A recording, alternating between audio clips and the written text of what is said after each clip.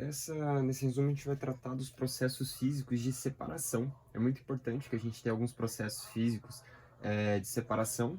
É, no caso a gente vai falar especificamente das misturas heterogêneas, mas também a gente vai falar posteriormente, né, no próximo resumo, no caso das misturas homogêneas.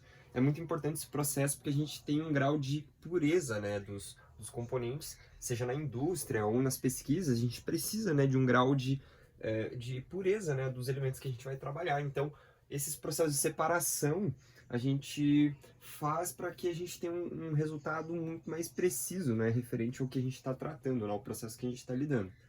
Então, a gente vai falar de 3 casos aqui, né, e um à parte, que eu vou falar mais para frente. A gente vai falar do caso dos sólidos e líquidos, dos líquidos nos líquidos e dos sólidos nos sólidos. No caso dos sólidos que estão misturados nos líquidos, a gente vai pegar o exemplo da areia e da água, né? A areia é o sólido e a água é o líquido. A gente pode fazer, para fazer esse processo de separação da água e da areia, a gente pode usar a filtração, né? Que no caso seria como a gente passar o café, né? Coar o café, a gente usa um filtro. Pode ser feito um processo o processo de filtração a vácuo. Isso pode acontecer num ambiente controlado, é muito mais eficiente, mas daí você tem que colocar, você tem que ter noção que isso pode gerar um gasto a mais, né? E quando a gente fala de separação sobre os processos, a gente também tem que levar em conta a possibilidade, né? Seja o custo, o quanto mais fácil, o quanto mais eficiente vai ser. O vácuo é mais eficiente, mas ele pode gerar um gasto a mais, mas né, também pode ser feito dessa maneira. A gente tem a decantação e a segmentação. Nesse caso é um processo que a gravidade vai agir mesmo, né? Você deixa a água e a areia que estão misturadas, depois de um tempo, né?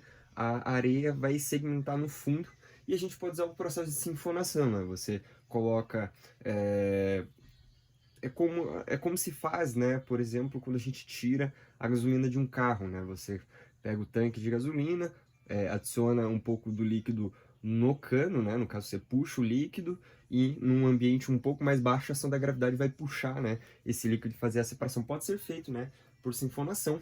E a centrifugação, né? Que, por exemplo, a gente tem isso acontece, é um processo mais rápido, mas também é custoso, né? Porque gasta energia. A gente tem, por exemplo, isso acontece na separação, né, do plasma da parte líquida do sangue, né, feito por centrifugação, numa máquina especial. A gente tem no caso dos líquidos e líquidos, então você tem dois líquidos que estão misturados, mas é um processo heterogêneo, né, então tem mais de uma fase. A gente vai pegar o exemplo do óleo e da água, então a gente pode usar a decantação. No processo de decantação seria a mesma coisa, né, do sólido líquido, o mais denso vai ficar numa fase diferente, né, do menos denso, e a gente vai usar um funil, né, o funil de separação.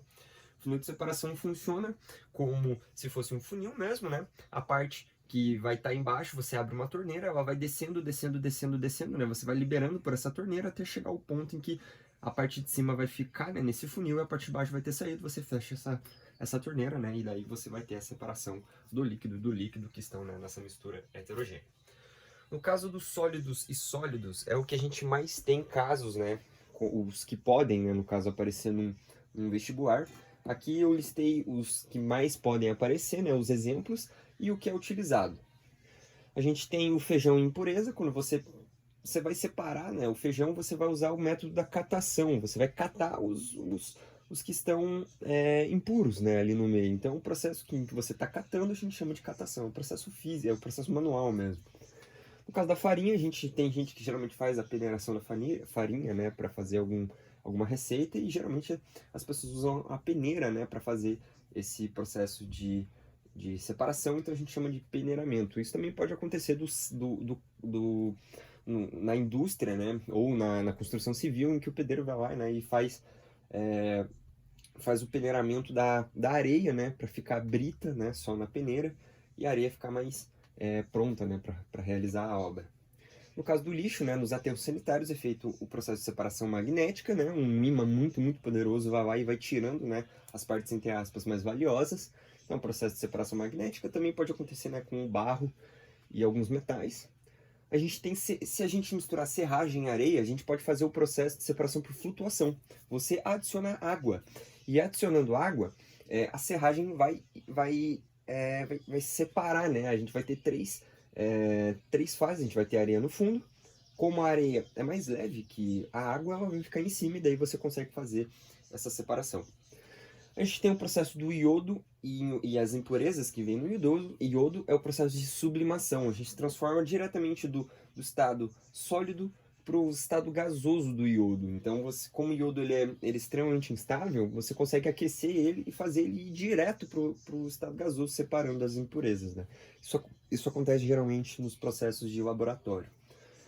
Quando a gente tem sal e areia, a gente tem a extração por solvente. Então, nesse caso, você adicionar água no sistema e o sal vai ser dissolvido.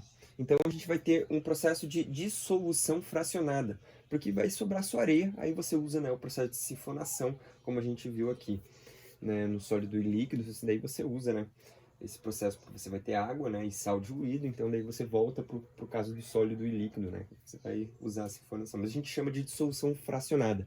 Dissolução, né? Fracionada, né, porque só uma parte vai ser diluída. No caso em que a gente vai ter ervas ou chás, qualquer coisa que a gente adicione água quente, a gente chama de extração. Quando a gente fala de, por exemplo, enxofre e areia, a gente pode utilizar um método da fusão fracionada. A gente falou acima sobre o processo de dissolução fracionada, porque só uma parte era diluída. Nesse caso, só uma parte vai ser fracionada. Veja que o ponto de fusão do enxofre é muito menor do que o da areia. Então, a 112 graus Celsius, o enxofre já vai ter virado líquido. E a areia não. E dessa maneira você consegue fazer essa separação, né? Você novamente volta para esse caso do sólido e líquido. Ouro e terra, a gente tem a levigação, a gente pega a parte mais leve, né? No caso, a terra é mais leve que o ouro, o ouro é um metal pesado. Então, quando a gente vê aquele processo em que as pessoas estão fazendo a levigação, né, da terra e do ouro, em terras que possuem ouro, né, e eles tentam extrair diretamente da natureza, eles fazem aquele processo de levigação, né, eles vão mexendo, como se fosse uma panelinha, né, mexendo um prato, e o ouro, que é mais pesado, ele se deposita no fundo, né, e com a água corrente, a terra vai saindo e o ouro fica, né. E no caso do amendoim e a casca, a gente pode usar o mesmo princípio, né? Você vai ter, nesse caso, o ouro muito mais pesado e o amendoim muito mais pesado que a casca. Então, nesse caso, você simplesmente assopra ou usa um tipo de sistema de ar, um ventilador, e as cascas vão se separando sozinha, né? Porque o amendoim não vai sair voando, né? Se você não colocar um vento muito forte. Mas se você colocar um vento suficiente para o amendoim não sair, mas a casca sair, você tem esse processo de separação. A gente vai falar de um terceiro ponto, que é o tratamento da água. Como é feito, né, o tratamento da água nas estações de tratamento que a gente tem. A gente vai falar de todo o processo e vai falar quais são os processos que são de separação química ou são de separação física. A gente vai ter a água bruta. A água bruta, primeiramente, é extraída de rios, é extraída de lagos. A gente vai ir para o processo de floculação. O que é o processo de floculação? É adicionado sulfato de alumínio nessa água que vai se ligar às impurezas e vai fazer um processo de coagulação. E como o alumínio é mais pesado que essas impurezas, como ele vai se ligar, vai acontecer a decantação, né? Essas partes que são mais pesadas vão se decantar no fundo, como a gente viu no sólido e líquido. Depois da decantação, a gente faz um processo de filtração, né, como a gente viu, e a gente vai fazer daí a adição de cloro e de flúor, a cloração e a fluoração.